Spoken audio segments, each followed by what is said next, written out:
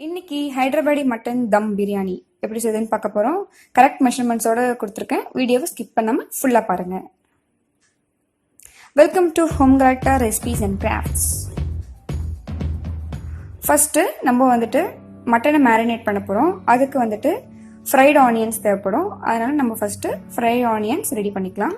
ஒரு பேன்ல ஒரு 75 கிராம் அளவு எண்ணெய் ஊற்றிக்கோங்க. அதில் நல்லா தின்னாக ஸ்லைஸ் பண்ண ஆனியன்ஸ் சேர்த்துக்கோங்க. நான் 3 மீடியம் சைஸ் ஆனியன் இதில் சேர்த்துருக்கேன். ஆனியன் நல்லா கோல்டன் ப்ரௌன் ஆகுற வரைக்கும் மீடியம் ஃப்ளேமில் வச்சு நல்லா ஃப்ரை பண்ணி எடுத்துக்கலாம். இப்போ இதில் 1 டீஸ்பூன் அளவு சால்ட் சேர்த்துக்கோங்க. அப்போ தான் ஆனியன் மேலே சீக்கிரமாக ஃப்ரை ஆகும். அது கூடவே நல்லா டேஸ்டியாகவும் இருக்கும். ஃப்ளேவரை என்ஹான்ஸ் பண்ணும். இந்த மாதிரி கோல்டன் ப்ரௌன் ஆனோடனே நம்ம ஸ்டவ் ஆஃப் பண்ணிட்டு எண்ணெயை ட்ரை பண்ணி வெளியே எடுத்துடலாம். எல்லாத்தையும் வெளியே எடுத்துடலாம். இப்போ நம்ம அரிசியை ஊற வச்சுக்கலாம். இதில் 1.5 கப் அளவு பாஸ்மதி ரைஸ் எடுத்துருக்கேன். இது 350 கிராம் இருக்கும். இதை ரொம்ப போட்டு பிசைஞ்சு கழுவ தேவையில்லை. இந்த மாதிரி லைட்டாக வாஷ் பண்ணிட்டு ஒரு 3 வாஷ் பண்ணிக்கோங்க. 2 அல்லது 3 வாஷ் பண்ணிக்கோங்க. வாஷ் பண்ணிட்டு இந்த மாதிரி தண்ணியை ட்ரைன் பண்ணிட்டு நம்ம தனியாக அப்படியே ஓரமாக ஊற வச்சிடலாம். நீங்கள் இந்த மட்டன்லாம் மேரினேட் பண்ணி வேக வச்சு எடுக்கிற வரைக்கும் இந்த அரிசி ஊறுனா கரெக்டாக இருக்கும் அந்த டைமு. இப்படியே ஊற வச்சிடுங்க. இப்போ நம்ம மட்டன் மேரினேஷன் எப்படி செய்யுதுன்னு பார்த்துடலாம். அதுக்கு ஃபர்ஸ்ட் புதினா ஒரு கை அளவு புதினா எடுத்துக்கோங்க. இது ஒரு 17 கிராம் இருக்கும். அதே மாதிரி கொத்தமல்லி சின்ன சின்னதாக கட் பண்ணிக்கோங்க. அதுவும் ஒரு 17 கிராம். இதில் ஒரு 6 போல பச்சை மிளகாய் எடுத்திருக்கேன். நீங்கள் காரமான பச்சை மிளகாய் இருந்துச்சுன்னா ஒரு 4 எடுத்துக்கோங்க. இப்போ இந்த பச்சை மிளகாவை ஒரு மிக்சி ஜாரில் மாற்றி கொஞ்சமாக தண்ணி விட்டுக்கோங்க. கொஞ்சம் நல்லா இந்த மாதிரி குறை பேஸ்ட்டாக அரைச்சிக்கலாம். இந்த மாதிரி ஒரு மீடியம் சைஸ் தக்காளியை நல்லா மிக்சி ஜாரில் மாற்றி நல்லா இந்த மாதிரி பேஸ்ட்டாக அரைச்சிக்கோங்க. ஆக்சுவலாக ஹைதராபாடி பிரியாணியில் தக்காளி சேர்க்க மாட்டாங்க. நம்ம கொஞ்சம் ஃப்ளேவருக்காக தக்காளி சேர்த்துருக்கோம். நம்ம இந்த மாதிரி ஃப்ரைட் ஆனியன்ஸ் பண்ணோம்ல, அதையும் இதில் மிக்சி ஜாரில் சேர்த்து நல்லா கிரைண்ட் பண்ணிக்கோங்க. எல்லாத்தையும் சேர்க்காதீங்க, கொஞ்சமாக தனியாக எடுத்து வச்சுக்கோங்க. இதையும் அரைச்சாச்சு.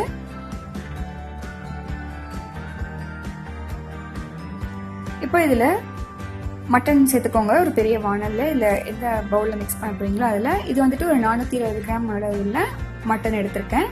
அதில் நம்ம அரைச்சி வச்சிருக்கிறதெல்லாம் சேர்த்துக்கலாம்.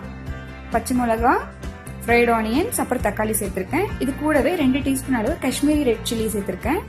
1/2 டீஸ்பூன் அளவு மஞ்சள் தூள் சேர்த்துக்கோங்க.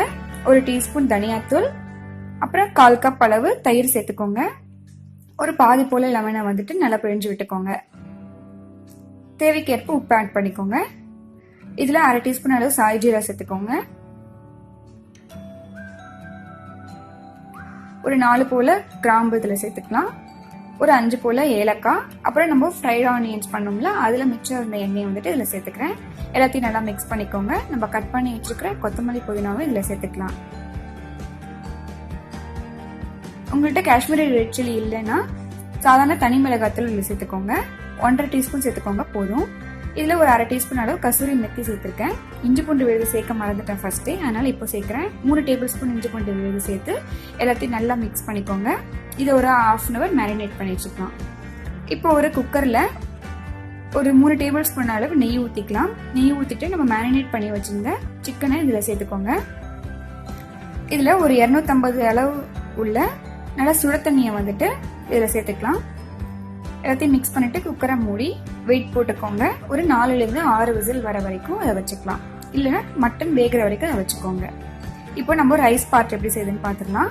ஒரு பவுலில் இந்த மாதிரி தண்ணி எடுத்துக்கோங்க. அதில் போட வேண்டியதுக்கு சாய் ஜீரா, கொஞ்சம் கிராம்பு, கொஞ்சம் ஏலக்காய், ஒரு பட்டை, ஒரு பிரிஞ்சி இலை சேர்த்துருக்கேன். இது எல்லாத்தையும் அந்த கொதிக்கிற தண்ணியில் சேர்த்துக்கோங்க. இது கூடவே உப்பையும் ஆட் பண்ணிக்கலாம். இந்த தண்ணி டேஸ்ட் பண்ணிங்கன்னா உப்பு கொஞ்சம் ஜாஸ்தியாக இருக்க மாதிரி இருக்கணும். அப்போ தான் ரைஸில் உப்பு அளவு சரியாக இருக்கும். இதில் கொஞ்சமாக கொத்தமல்லி புதினாவை இதில் சேர்த்துக்கலாம். தண்ணி இந்த மாதிரி நல்லா கொதிச்சிட்ட அப்புறமா நம்ம அரிசியை சேர்த்துக்கலாம். இப்போ ஏற்கனவே ஊற வச்சிருந்த அரிசியை இதில் சேர்த்துக்கோங்க. அரிசி ஃபுல்லாக வேக தேவையில்லை, பாதி வேக்காடாக இருந்தால் போதும். இப்போ பாதி வெந்துருச்சு. நான் உங்களுக்கு ரைஸ் எடுத்து காட்டுறேன். இந்த மாதிரி இருந்தா போதும். இப்போ நம்மளோட மட்டன் ரெடி ஆயிடுச்சு.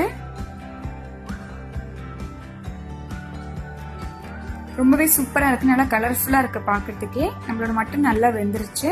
இப்போ நம்ம தம் வைக்கிறதுக்காக நான் இன்னொரு பேன்ல மாத்திக்கிறேன். எல்லாத்தையும் மட்டன் எல்லாத்தையும் மாத்திக்கோங்க. இதுல அரிசி அப்படியே எடுத்து இதுல போட்டுக்கலாம். நம்ம இந்த மாதிரி பாதி பாயில் பண்ண ரைஸ் வந்துட்டு எடுத்துக்கோங்க. போட்டு மிக்ஸ் பண்ண தேவையில்லை, அப்படியே மேலோட ரைஸ் வந்துட்டு ஆட் பண்ணிக்கோங்க. நான் இன்னும் ஸ்டவ் ஆன் பண்ணல. இப்போ வந்துட்டு ஸ்டவ் ஆன் பண்ணியாச்சு. மீடியம் ஃப்ளேம்ல வச்சுக்கோங்க. எல்லா ரைஸும் இதில் ஆட் பண்ணியாச்சு. இது மேலே நம்ம ஏற்கனவே எடுத்து வச்சிருந்த ஃப்ரைட் ஆனியன்ஸ் இது மேலே சேர்த்துக்கோங்க. கொஞ்சமா புதினா கொத்தமல்லி சேர்த்துக்கோங்க. நான் ஏற்கனவே கட் பண்ணி வச்சிருக்கேன்னு காமிச்சேன், அதுல இருந்து தான் நான் வந்துட்டு கொஞ்சம் கொஞ்சமா எல்லாத்தையும் ஆட் பண்ணிருக்கேன். எக்ஸ்ட்ரா எதுவும் ஆட் பண்ணல. இது கூட கொஞ்சமா வந்துட்டு முந்திரிய வறுத்து ஆட் பண்ணிக்கோங்க நெய்ல. இது கூடவே வந்துட்டு குங்குமப்பூ தண்ணி இருந்துச்சுன்னா ஆட் பண்ணிக்கோங்க. இல்லைன்னா ஆரஞ்சு கலர் ஃபுட் கலர் வந்துட்டு இருந்துச்சுன்னா அது கூட ஆட் பண்ணிக்கலாம். இந்த மாதிரி அரிசி வந்துட்டு மேல கொஞ்சம் தண்ணி முழுகிற அளவுக்கு இருக்கணும். இதுக்கு மேல இருந்துச்சுன்னா உங்களுக்கு அடி பிடிச்சிடும். கொஞ்சமா நெய் மேல சேர்த்துட்டு இதை மூடி வச்சுக்கலாம். இப்போ நம்ம தம் வைக்க போறோம். ஏர் வந்துட்டு வெளியே போகாம இருக்கிறதுக்காக நான் ஒரு துணி போட்டு மேல வெயிட் வச்சுட்டேன். இது வந்துட்டு 20 நிமிஷம் மீடியம்ல இருந்து லோ ஃப்ளேம்ல வச்சு தம் பண்ணிக்கோங்க. இப்போ நம்மளோட தம் பிரியாணி ரொம்பவே சூப்பரா ரெடி ஆயிடுச்சு. நல்லா சூப்பரா ரெடி ஆகி வந்திருக்கு. அரிசி பாருங்க ரொம்பவே அழகா இருக்கு, நல்லா வெந்திருக்கு. நீங்க எவ்வளவு நேரம் தம் வைக்கிறீங்களோ அதை பொறுத்து தான் வந்துட்டு ரைஸ் நல்லா மெலிசா உங்களுக்கு கிடைக்கும். ரொம்பவே சூப்பரா வந்திருந்துச்சு. கண்டிப்பா இந்த ரெசிபியை ட்ரை பண்ணி பாருங்க. மறக்காம ஹோம்காலட்டா ரெசிபிஸ் அண்ட் கிராஃப்ட்ஸ் சப்ஸ்கிரைப் பண்ணிடுங்க. நல்லா உதிரி உதிரியா வந்திருக்கு. ரொம்ப ஃபிளேவர்ஃபுல்லா இருந்துச்சு. கண்டிப்பா இந்த ரெசிபியை ட்ரை பண்ணுங்க.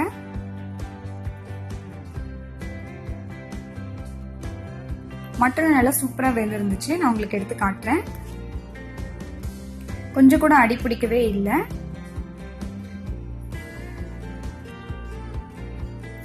ரொம்பவே டேஸ்டியான ரெசிபி, கண்டிப்பா ட்ரை பண்ணுங்க. பாருங்க மட்டன் ரொம்ப சாஃப்டா சூப்பரா வெந்திருக்கு. இந்த வீடியோ உங்களுக்கு பிடிச்சிருந்துச்சுன்னா ஹோம்காலட்டா ரெசிபிஸ் அண்ட் கிராஃப்ட்ஸ் சப்ஸ்கிரைப் பண்ணுங்க. உங்க ஃப்ரெண்ட்ஸ் அண்ட் ஃபேமிலியோட ஷேர் பண்ணிக்கோங்க. நான் இன்னைக்கு ரைத்தாவோட சர்வ் பண்ணிருக்கேன். நெக்ஸ்ட் இன்ட்ரெஸ்டிங்கான வீடியோட உங்களை பார்க்குறேன். அது வரைக்கும் பாய். அரிசி உணவு உண்ணுவோம், ஆரோக்கியமாக வாழ்வோம்.